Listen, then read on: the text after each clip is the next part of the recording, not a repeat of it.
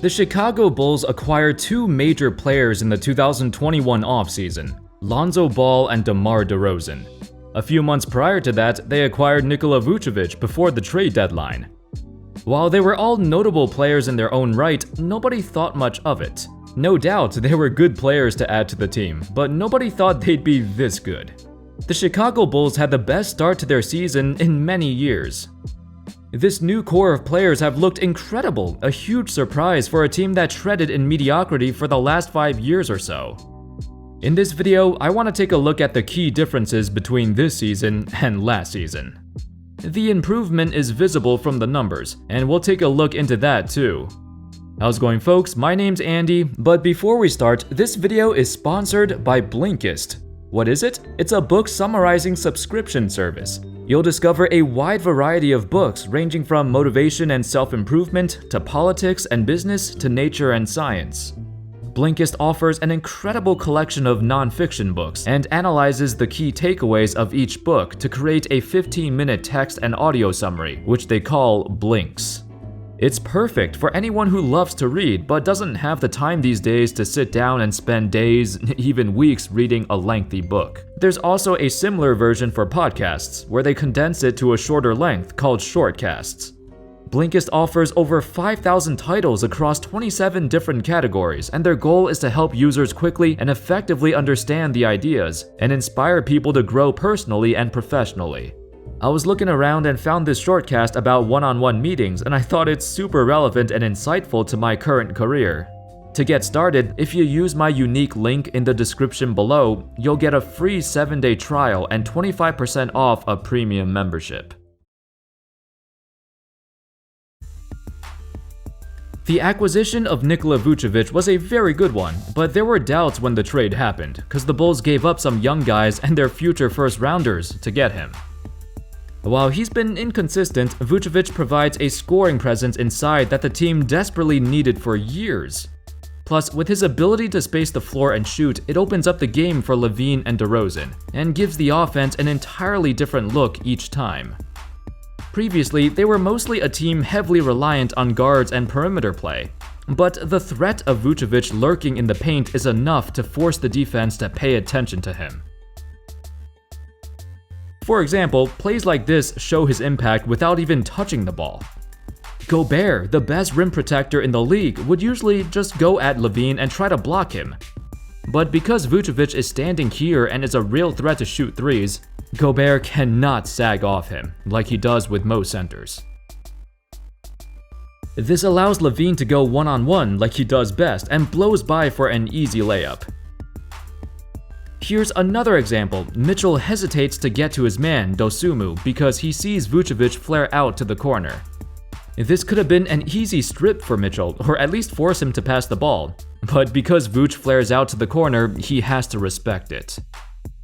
Though he didn't finish the play, these setups allow the Bulls to take so many high-efficient shots. Here's some additional plays that show how wide the floor is when Vuce is on the court. This allows their smaller guys to do their own thing, and since the Bulls have DeRozan and LaVine, two elite wing players who are also great ISO players, this gives them an advantage. You might say, well, in years past, didn't Lauri Markkanen also stretch the floor as well? What makes Vooch so special? That's true, Markkanen did space the floor quite well, but Vooch can do everything. His adept post-up game sucks the defense to the paint, and his great passing puts even more pressure on the defense. Those were two things that were missing from Markkanen's game. When Vooch posts up, his gravity forces players to help if he's abusing his defender.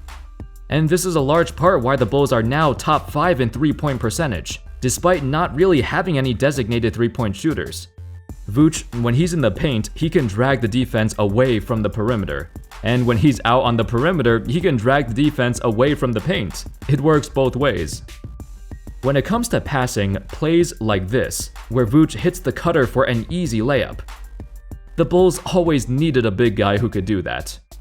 Or like this, when he sees his teammate at the weak side corner and hits him with a perfect pass. While he's not known to be an incredible defender, he's been keeping up quite well. Vucevic is in the best shape of his life, and frequently we see him stay in front of even the fastest guards.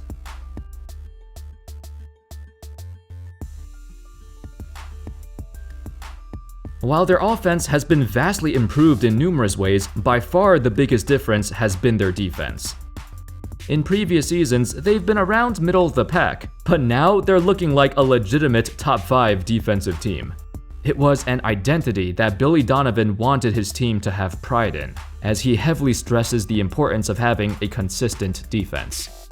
Defense was always the thing he was known for. Even back in OKC, his teams were consistently a top 10 defense. It was most evident in a game against Utah a few days back. At the time, the Jazz were the top-ranked offense and they got thwarted. Not only did the Bulls hold him to a measly 38% shooting, but also forced 20 turnovers. Afterwards, this is what Billy Donovan had to say. "This was the most consistent game that we played to an identity. We ran, we played with really good pace, we played downhill at the basket. We got to the free throw line 30 times. This, from an identity standpoint, is how we want to play. I thought this was one of our better games from start to finish." They've quickly become one of the league's most disruptive defenses due to their length and quickness on the perimeter, plus their knack for collapsing into the paint as soon as anybody tries to go in. However, the biggest statistical difference is still on offense, and it involves 2 major categories. In the previous 2020-21 season, they finished 27th in the league in turnovers per game, coughing it up over 15 times a game. They also finished dead last in free throw attempts per game at just 17.5. This season, they've done a complete 180. They're now near the top of the league in free throw attempts per game, and they're second in the league in fewest turnovers a game, with just 12.2. Both those things have done wonders for their offensive production. As we all know, free throws are the most efficient shots. The acquisition of DeMar DeRozan helped with both of those things. The thing is, most people still remember him from back in the Toronto days, where he was known for stalling the offense and holding the ball for way too long, to just throw up a bad shot at the end of the clock. When he got to the Spurs, he revamped his game. DeRozan started moving off the ball more, he started deferring and trusting his teammates more. He started looking for better shots. Hence why he had the most efficient seasons of his career in San Antonio, along with averaging the most assists of his career. Assists and shot selection, 2 areas of his game that he got knocked for in Toronto, but he steadily improved in both categories. DeRozan's efforts in San Antonio translated over to Chicago. Although most believed he'd be a weird fit, with the team already having Zach LaVine, who's a very similar player, DeRozan fit in quite well and drastically improved the team's free throw rate, since he's exceptional at drawing fouls. His integration into the team is still a work in progress, but it's getting there. Just to have him plus Lonzo in the backcourt who can create shots for his teammates and himself, they take so much pressure off of LaVine. Speaking of Lonzo, it's nice to see him fit into this team. Because the offense runs through LaVine, DeRozan, and Vucevic, there's no pressure for him to score. He can focus on what he does best, setting up his teammates, making crisp passes, and using his length to disrupt smaller guards. As an added bonus, his three-point shot has come a long way since his early days, when everyone used to clown him for his ridiculous shooting form. Lonzo made major strides in New Orleans, and it carried over to Chicago. I think he fits way better than Kobe White, who has a more score-first mentality, and I don't think the Bulls need more ball-dominant guards on the court.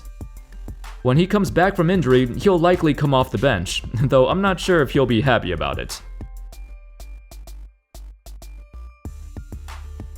Speaking of the bench, the Bulls' bench contrasts very well with the starters. While the starting lineup plays a slower-paced, half-court oriented game, the bench squad plays much faster and also very effectively too. The lineup that's played the second most minutes included Alex Caruso in place of Patrick Williams, allowing them to go small.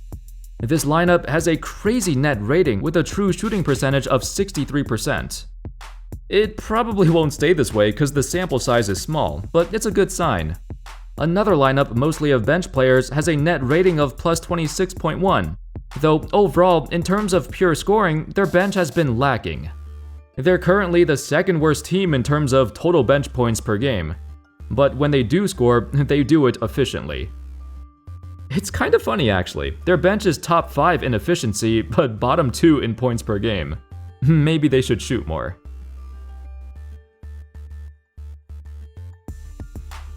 In previous years, there's always been a sense of misguidance, a lack of direction and focus. Nobody knew what the organization wanted to do. They drafted a myriad of players with high picks, but most of them did not pan out.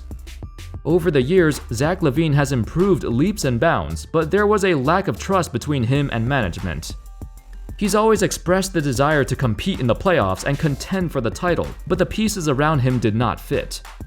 Prior to the 2021 offseason, he further emphasized this urgency to the Bulls front office, hence why they were so aggressive in making deals. In response to all the deals the Bulls made in free agency, this is what Zach LaVine said. It showed they're all in to win, and we're transforming the team to be competitive. We have a whole new team, we're going to hit the ground running. I was very happy with the offseason. This season going forward is going to be extremely crucial not just for me, but for everybody. Winning would take care of everything. While the team is led by their stars, it's Billy Donovan who encouraged this camaraderie. As a former college coach, he knows that building the chemistry and friendships between players is just as important as talent itself. Before he came along, the Bulls seemed like a ragtag group of guys just playing for themselves, while their former coach, Jim Boylen, was super unpopular with everybody. Nobody liked him, and there were plenty of complaints of getting overworked in practice. Donovan completely changed the culture within the locker room, and most importantly, the players trust his game plan, cause it's been working. Anyway, that's all folks. The Chicago Bulls have been a pleasant surprise this year, and although it's still early in the season, it's a great sign for things to come. This could be the first time they make the playoffs since 2017. Do you think they will? Or is this a fluke? Let me know in the comments. Thank you all so much for watching. I hope y'all enjoyed the video, and of course, as always, I'll see you next time. Peace.